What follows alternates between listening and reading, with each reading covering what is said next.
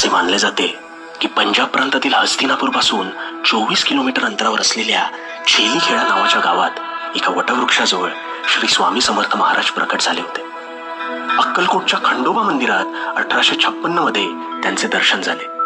आता तो दिवस होता चैत्र शुद्ध द्वितीया तिथीचा आणि त्यानुसारच हा दिवस श्री स्वामी समर्थ महाराजांचा प्रकट दिन म्हणून साजरा केला जातो.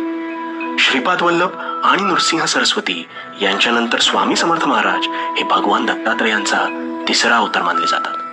आता अशी मान्यता आहे की अक्कलकोटमध्ये प्रकट होण्यापूर्वी श्री स्वामी समर्थ हे मंगळवेढा येथे आले होते. इथून त्यांनी सोलापूर मार्गे अक्कलकोटला प्रवास केला.